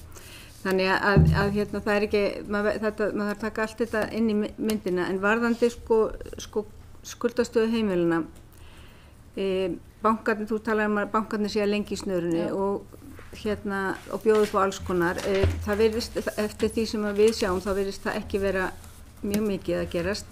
Mjög margir skiptir í verðtryggt. Ekki mjög margir, það eru einhverjir að skipta yfir í verðtryggt, já, en skulum hafa það í huga að í allar þessu umræðum verðtryggingu þá erum við með upplýsingar því miður ekki lengra aftur heldur en til janúar 2020 öll ný lán. Við tökum þau lán sem voru tekin fyrir þann tíma, þá eru þau líklega meirihluta verðtryggð og einhver ástæða fyrir því að það fólk fór ekki yfir í skuldbreytingu þegar vextirnir voru mjög lágir, þannig að þau eru líklega afborganir á þeim er ekki það þungi. En það sem við vitum þau lán sem voru tekin eftir janúar 2020, þá voru verðtryggð lán 70% lán af lánastafnum, þau eru núna 45%. Eru verðtryggð lán núna 45%? Já, 40%. Hafdís Hrönn Hafsteinsdóttir, hún næst. Gjörðu svo vel, Hafdís. Takk fyrir. Við erum náttúrulega alls sammála um það að það er gríðarlega mikilvægt að ná þessari verðbólgu niður og ég var ánægð að heyra svarið með eins konar þjóðarsátt og við sem samfélag þurfum líka átt okkur á okkar ábyrgð í þessari stöðu. Ég er með 2 spurningar, aðalega til skýringar á kannski einhvers konar hugtakanótkun. Höfum við verið með eftirspurn á verðbólgu í ljósi mikillar eyðslu í samfélaginu sem hefur í för með sér aukna eftirspurn sem hækkar verðlag og erum við þá að færast eða erum við þegar komin yfir í einhvers konar kostnaðarverðbólgu og ef svo hvað áhrif hefur það á okkur sem samfélag? Og spurning 2, nú erum við að reyna að hægja á hjólunum með því að hækka stýrivexti meðal annars til að minnka eyðslu og það sem er búið að vera í gangi. Hvað gerist þá ef við hægjum of mikið á þannig að eftirspurnin og þar með framboðið minnkar og hvatar til framleiðslu verða minni? Hvaða áhrif hefur það? Ég er búin, takk. Já, þakka fyrir, þetta er góða spurning. Verðbólgan sem við núna eiga við í rauninni bæði eftirspurnaverðbólgu og kostnaðarverðbólgu, þar að segja að við erum að fá mikið af kostnaðarhækkunum utan, eins og bara hækkun og ráurum og síðan bara almenna hækkun bara og það antal þannig líka að verðbólgu í Íslandi ef við bara tökum svona alþjóðlega mælingar á verðbólgu og þá erum við með svipuðu róli eins og aðra Evrópuþjóðir og ívilagri og það antal verður þess að en það urðu öll þessi lönd fyrir öll sambærilegum skelli sem stafar af faraldrinum og öðru fleira. Þannig að við fáum náttúrulega töluvert mikið á kostnaðarhækkunum inn í kerfið að utan með einum öðrum hætti. Sumt að því kemur okkur vel eins og okkar helstu útflutningsgreinar hafa fiskvöruhækkaði verið, álhefurhækkaði verið, líka einhverju leyti hafa verið ferðaþjónustuhækkað og það kemur okkur vel. Við græðum líka á þessari alþjóðlegu verðbólgu í hærra útflutningsverði en við tökum hann á okkur með þegar við flytjum inn og þess vegna náttúrulega gerir þetta verkefni okkar enn erfiðara af því að og þess vegna jafnvel þó við náum að hemja íslenska eftirspurn sem alveg tölvur og þá erum við samt í því að flytja inn verðbólgu utan og sem gerir þetta verkefni enn erfiðara og það alveg rétt sem að spyrja hversu mikið við eigum að beita stýrivöxtum í því og hvað ættum við að gera í því þannig að sko og við segjum það að við tökum þetta vald mjög alvarlega sem við verðum með varandi það að beita stýrivöxtum. Við vildum ekki hækka endilega stýrivexti og mikið þess að valda ekki sem kostnað. Við vildum fá mjúka lendingu. Þannig við værum ekki að keyra hagkerfið niður og út af þessi verðbólga er alþjóðleg. Verðbólguferlarnir hjá í öllum löndunum líta eins út. Og hvað ætlum við að gera? Og ég held einhverju leyti við náttúrulega verðum að fylgja því sem gerist alþjóðlega. Við mörguleiti hefur okkur tekist mjög vel að við erum lítið opið hagkerfi, óstöðugt að mörguleiti, við erum sérhæfð í því sem við erum að flytja út og þetta erfitt verkefni að halda svona kerfi stöðu. Það það. Og þess vegna höfum við grip til margs konar aðrar ástæðan heldur en bara hækka stýrivexti. Við erum með mjög mikla takmarkanir því hvaða bankarnir geta lánað, ekki bara lánþegaskilir. Við erum líka með takmarkanir á gengisáhættu, þess að reyna að tryggja stöðugleikann í þessu kerfi og það hefur okkur heppnast. Og þrátt fyrir allt, þá er staðan mjög góð í íslensku hagkerfi. Og peningastefna Seðlabankans, að það er litið á svo erlendis að við höfum frekar staðið okkur betur heldur en verð við aðra þjóðir, sérstaklega með verkefni sem við erum með. Og öfugt við aðra þjóðir. Þá er stafa verðbólgan af miklu til af eftirspurn og jákvæðum fréttum, útflutningi. Við erum ekkert eiga við hátt orkuverð eins og aðra þjóðir. Og þannig við erum við erum með aðra þjóðir í mjög góðri stöðu að mörgu leyti. Og að nóg atvinna. Og launin hafa hækkað umtalsvert. Það er engum mætti að blanda stöður það og þrátt fyrir allt að þá er kerfið okkar stöðugt. Við erum með, við höfum ekki séð lánabólu hér. Við höfum ekki séð að þetta er bara fyrsta skipti í því síðan hvenær að við erum með uppsveiflu sem er ekki fjármögnun með yfirdráttarlánum. Þannig var það alltaf. Þrátt fyrir allt þá fastnærið að hækka svakalega, skuldir í heimilinu hafa ekki hækkað. Og þrátt fyrir allt þá hafa lífskjör fólks á Íslandi batnað alveg ótrúlega. En það auðvitað gerir það verkum að þessi góðu fréttir verða vondu fréttir fyrir Seðlabankana því við þurfum að hemja eftirspurnina og tryggja það að þetta allt gerist ekki í einu og svo framvegis. En þá það bara, og þetta er valið spurningi eða góð spurningi, hvað að gera mikið? Ætlaði Seðlabankinn einn og stuttur að keyra þetta hagkerfi niður í kreppu, bara stoppa það með því að hækka stýrivexti. Til þess að ná niður verðbólgu, það er eitthvað sem má alveg spyrja okkur. Steinunn Þóra Árnadóttir, gjör svo vel. Já, takk kærlega fyrir góð svör við alls konar spurningum. Ég tek undir það að ég hef áhyggjur af verðbólgunni og ég hef áhyggjur af fólki á leigumarkaði og raunar bara fólki sem býr við lægstu kjörin almennt. Það eru auðvitað mjög margt komið fram í þessum spurningum.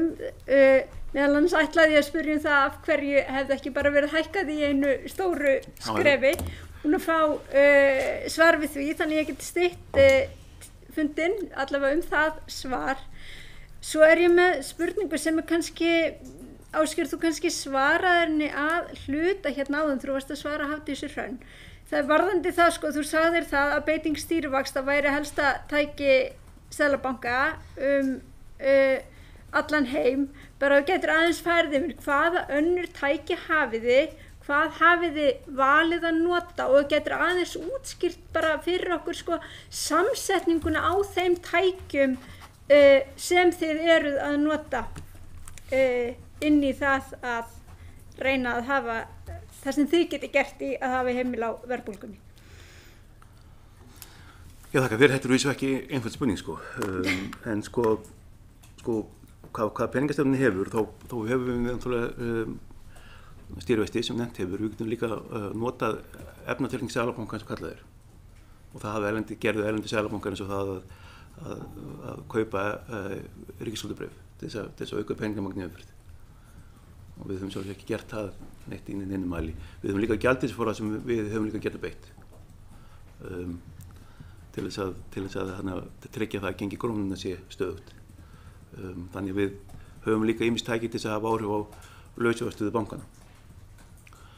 Það sem við höfum kannski verið að gera er samhæfing fjármálastöðugleikatækja og peningastefnu. Og það er einhverju leyti ábatinn á sameiningu fjármálaeftirlits og Seðlabanka. Við höfum verið að nota þessi lánþegaskilyrði sem hafa komið til umræðu hér, þess að komið í veg fyrir ofskuldsetningu. Við höfum líka verið að leggja sérstaka eiginfjárauka á bankana til að gera það kostnaðarsamara fyrir þá að lána og einhverju leyti verið að koma í veg fyrir þá lánaþenslu. Seðlabankinn er líka með innlána, við bjóðum bönkunum innlán, við tökum peningana til okkar og tökum það peningamagna umferð með því að borga stýrivexti. Og ég vil líka kannski taka fjármálaeftirlitið líka, sem við erum líka með, sem líka gegnir líka með mikilvægu hlutverki að koma í veg fyrir skuldsetningu og áhættutöku í fjármálakerfinu.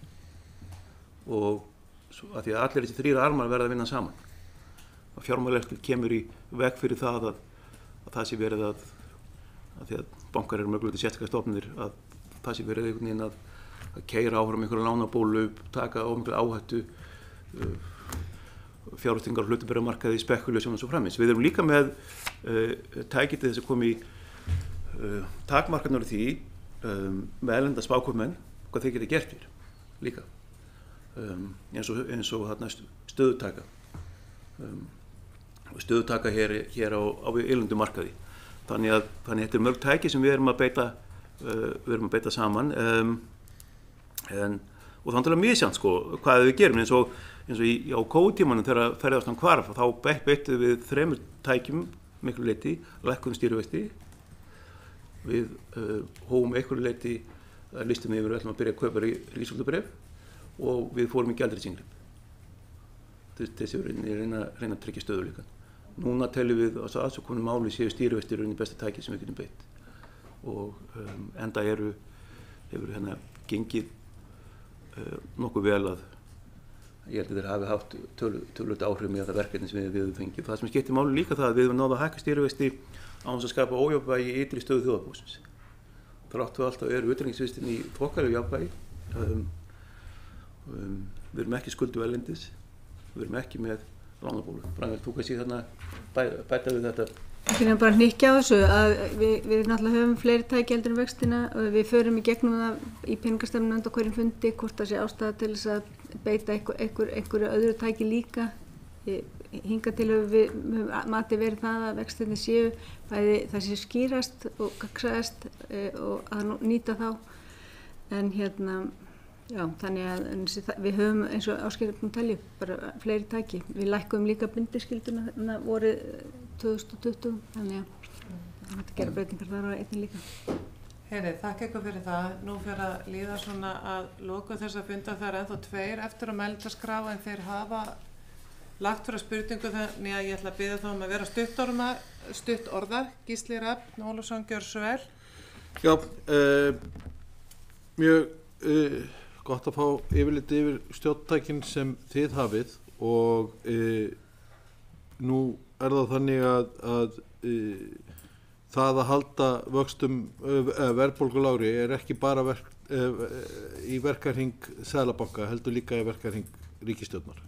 Þegar maður hefði allan að halda það væri hluti af því að þeir spiluðu með í því sem væri að gerast.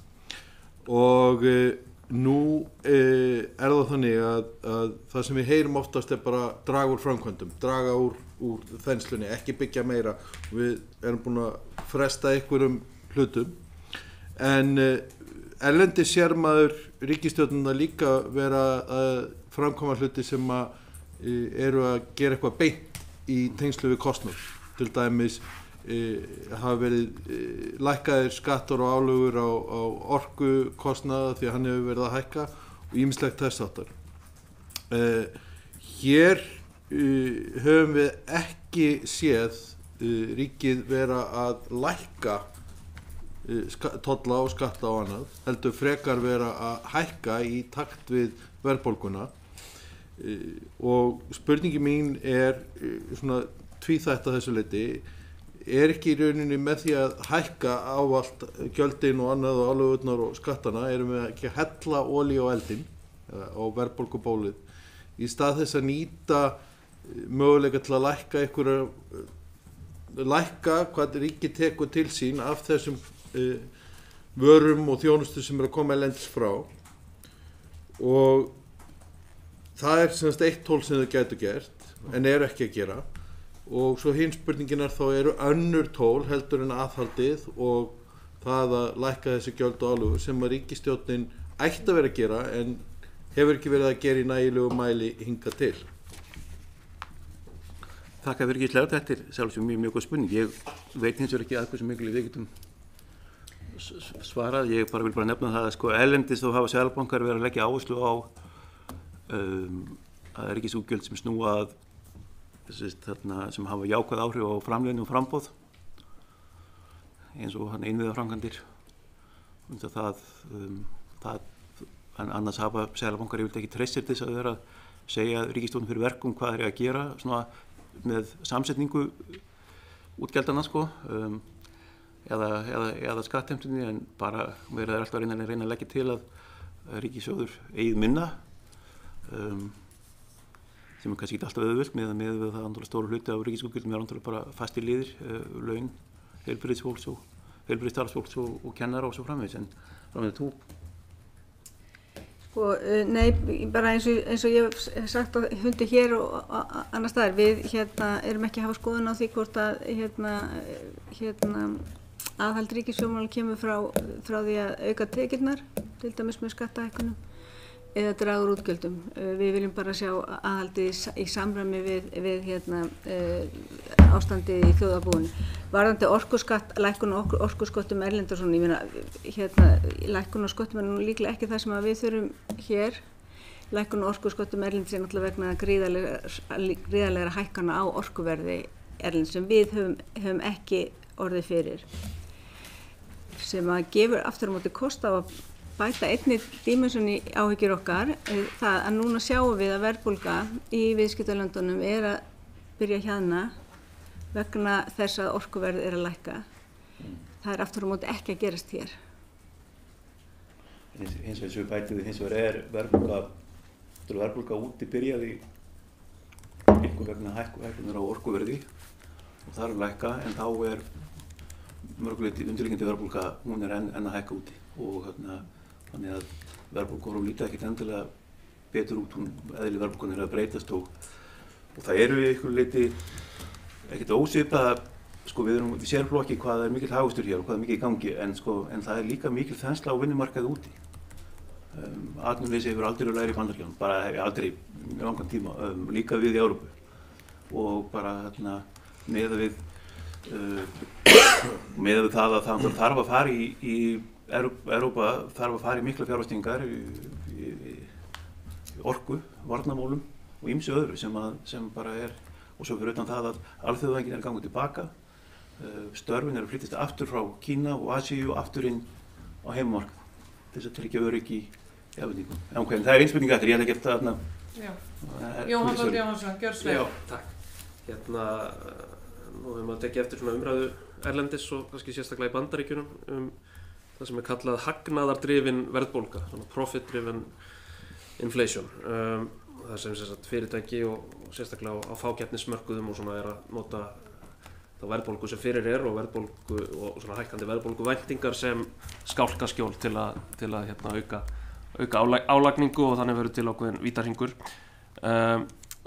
Ég sé að BHM hafa svolítið vakið athygli á þessu á Íslandi og verið að benda á að hagnaðartölurnar á árunum 2021 og 2022 eru þær hæstu á öldinni og að hlutfall rekstrar hagnaðar af tekjum fyrirtækja hefur aldrei hækkað eins skarpt milli ára og milli 2020 og 2021.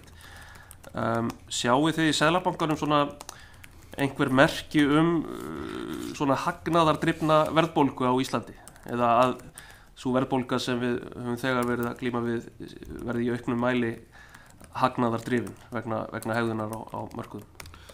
Sko ég kannski, þetta er eitthvað sem við höfum alveg áhyggjur af. Vegna þess að hækka, sko verðbólguvæntingar eiga eitthvað lítið vera vörn gagnvart þessu sem nefnir. En eins og það er ákveðin vandi ef það er mikil eftirspurn og verðbólguvæntingar hafa mist kjölfestu að þá geta fyrirtæki velt öllum að hækka út í verðlagið án þess að hugsa. Það er bara allir að hækka á saman tíma og það tekur enginn niður hvort ég hækki verð á mínum vörum, ég geti bara velt því út og enginn tekur þetta inn. Og það er auðvitað það sem við óttumst. Og það er einhverju leyti líka það að það er sem Seðlabanki vill gera að rauninni að tryggja framgang kjarasamninga. Það er að segja það er alveg lykilatriði að við erum að reyna að vernda kaupmátt launa. með því í rauninni hækka vexti, eða hækka vexti með því í rauninni reyna að skapa kjölfestu fyrir verðbólguvæntingar.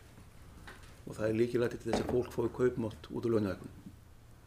Því annars bara hækka launin og bara fyrirtækin veltaði strax út í verðlagið. Og þetta bara kemur bara í bakið á fólki. Þess vegna er trúverðug peningastefna í rauninni eina leiðin til þess að bæta þarna lífskjör í landinu. Og það er allt annað að gera kjarasamninga við stöðugt verðlag. En svarið er við höfum áhyggjur af þessu. Og við höfum áhyggjur af því sem aftur að fara í sama gamla farið, það sem öllu bara velt út í verðlag, öllu því sem kemur. Og ég tel að þetta sé alveg réttmætt ábending. Takk fyrir það, Ásgeir, kærlega. Heyri, við höfum svindlað hérna hressilega á tíma og ég biðst afsökunar á því en við hófum þennan fund líka örlítið seinna vegna tæknilegra vandamála.